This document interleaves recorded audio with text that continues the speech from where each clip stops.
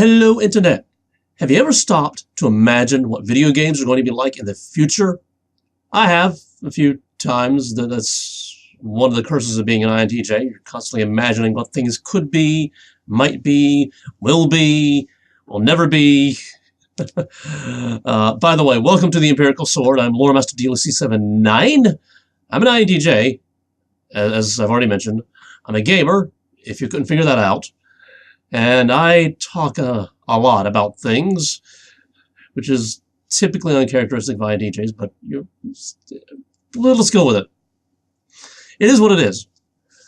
But, you know, when I'm talking about what video games are going to be like in the future, or when I'm imagining what video games are going to be like in the future, I mean, I know we've made advancements, but it seems like most of the advancements are in how many polygons can we get in this one character, or how high res a texture can we map across the mesh, or lighting and raycasting and shaders and bloom effects and all these pretty things that admittedly sell video games, because most of us are very, very superficial in the things that we buy and attracted to shiny, pretty things, as I will talk about in a video later in the week that I'm about to record right now, or after this video. Not right now. Not now, but later now. But yeah, also, I mean, we have VR now, and we're developing new user interfaces, and that is technically advancements, but this is not what I'm imagining, because although we have more polygons and higher res textures and all kinds of lighting effects and the VR, the AR, and more and more advanced control systems and user interfaces, although we have all of these things, games are still being more or less designed the same way. If we take away all the sensory inputs, all the user interfaces, and all the fancy pretty stuff, and get right down into the nuts and bolts of what makes a game. Even the storytelling. Let's take away the storytelling as well, so that we're just talking about the mechanics of gameplay.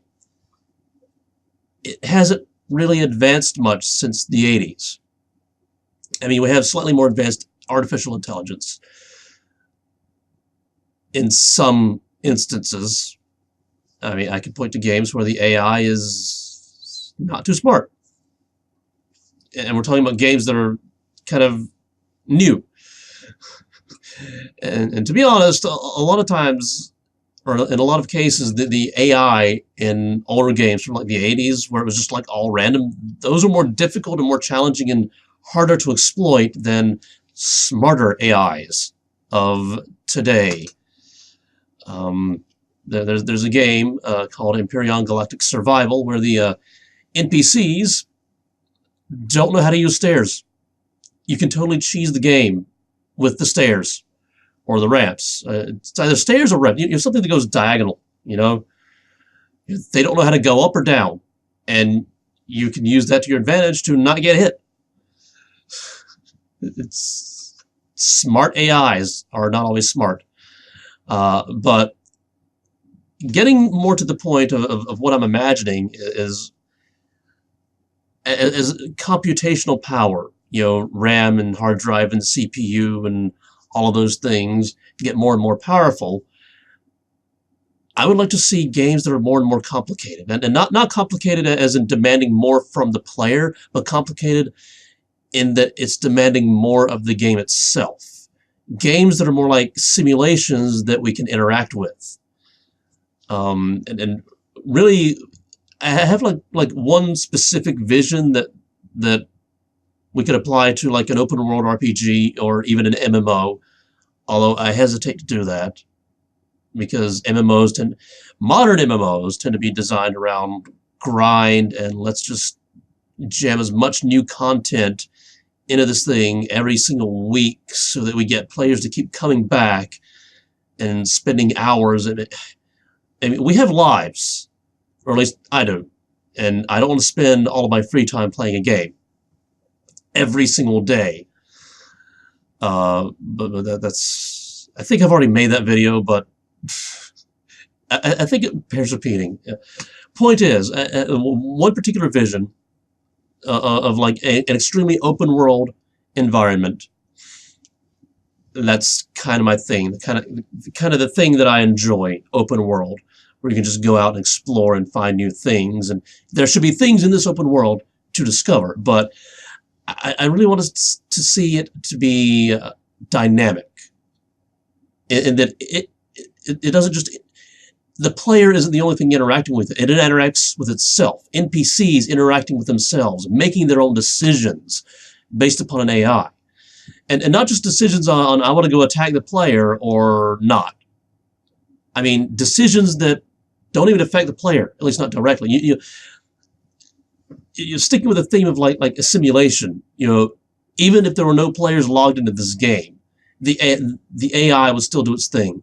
The NPCs would go about their thing. The environment would do its thing.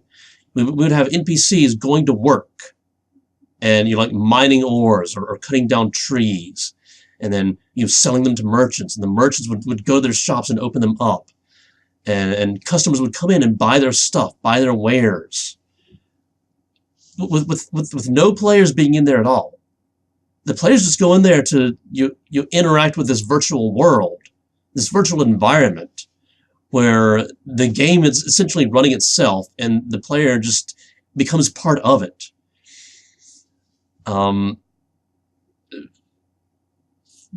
The next aspect is a little complicated, so let's pluck characters and ideas out of the world of Dungeons and Dragons, so I don't have to make up things on the fly.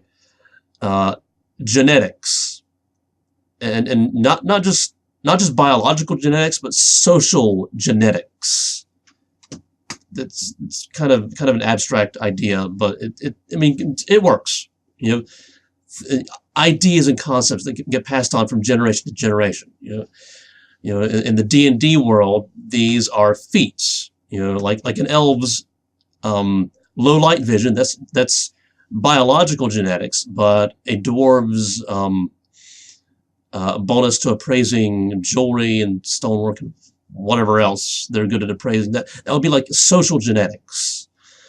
I would like to see that kind of implemented in a game. Not just these races have these feats, but in the sense that these feats can be passed on to their children either through actual genetics, well, actual because it's actually virtual, it's virtual genetics, something, or they're passed on via teaching their children. In other words, the NPCs, they would be born, they would grow, they would have their lives, they would interact with each other, pass on information, and eventually they would die, and the next generation would take over, and the player would just become one of these NPCs and just live this NPC's life and to the end, and then take over another NPC and another, so on. I know it's huge, it's complicated, and considering that video games are currently made by businesses that don't want to take risks, and this would technically be a very risky endeavor because complicated code, that's a lot of programming hours. So a lot of people who need to be on the payroll, who need to get paid with money coming from a product that doesn't even exist yet. That it's risky. So unfortunately, this idea, and I've not even gone. I just scratch the surface of what I'm envisioning, just to kind of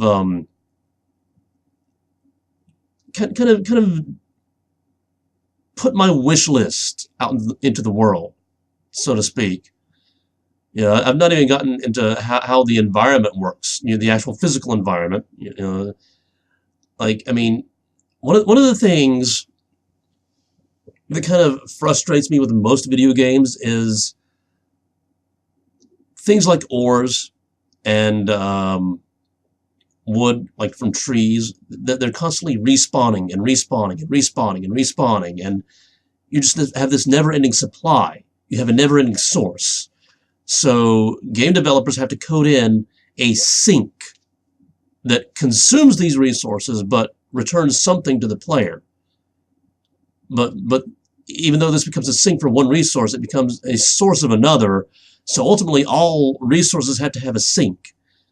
So we're constantly managing source-sink mechanics, and it's, I don't know, it just seems that, you know, if we were to expand this idea to an MMO, some small group of players could like monopolize the sourcing of one resource and flood the market, which technically does happen in MMOs. And well, when we start getting into virtual economies like that, you know, I mean, players can do all kinds of exploitation, such as hoarding resources, the so-called pump and dump. You know, we're gonna rely on the hyping of this this particular resource that may be needed for a future update, and we're just going to hoard it and hoard it and hoard it and hoard it. And once the update drops and there's serious demand, we're going to wait for that demand to drive the prices up and up and up and up, and then we're just going to dump it in the economy and watch as we get rich and the price of the resource drops to the floor. Pump and dump, which in the real stock market is illegal. And slightly off topic for this video. Long story short, I would like to get away from the whole source sink mechanics and deal with like you know, like there's only so much iron in the world. There's only so much other things in the world. Sorry, I got very abstract. Now I'm having trouble thinking about concrete things. But I mean, you get the idea. So many ores, so many stone. So many stone? So much stone. Finite number of any number of resources and that sort of thing. And obviously, if items get destroyed, resources have to be returned to the environment somehow. I mean, it doesn't take a lot of imagination to figure out a way around that. I think at this point I'm just like listing things that I would like to see video games do, which is probably boring. But yeah, that's kind of my vision for what video games could be in the future. And you know, unfortunately, I don't think video game developers will go this route because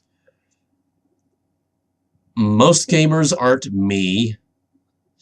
They just want a sensory experience that allows them to escape reality. Although, if a virtual world were as interactive as I'm imagining, and engaging as I'm imagining, I mean, just like to leave off on